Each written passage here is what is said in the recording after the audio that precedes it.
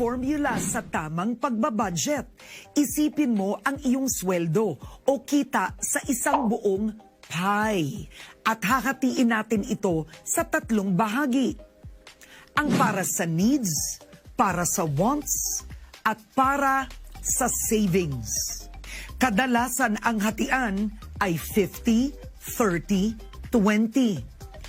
50% sa needs o gastusin, 30% sa wants o luho, at 20% yan ang dapat na ipon. Kita ninyo, malaki ang nakalaan para sa needs dahil importante na matugunan ang mga ito. Pero hindi ka naman dinideprive na gumastos para pasayahin ang iyong sarili.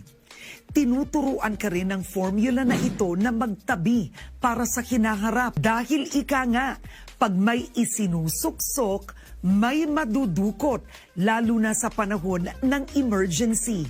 Kapag nasanay tayo rito na palaging may itinatabi sa savings, hindi maliligaw ang kinikita nating pera. Magkakaroon tayo ng extra. Mas mapapadali naman ang budgeting kung lahat ng gastusin ay inililista. Kasi alam nyo, magugulat kayo sa maliliit yung gastos. Yung pakape-kape sa tabi, magastos po yan. Nagbayad ka ng toll, ilista mo yan. Bumili ka ng soft drinks, ilista mo pa rin yan. Bumili ka ng damit online, ilista mo pa rin. Sulat ng sulat. Make it a habit to track your expenses sa tuwing matatapos ang araw.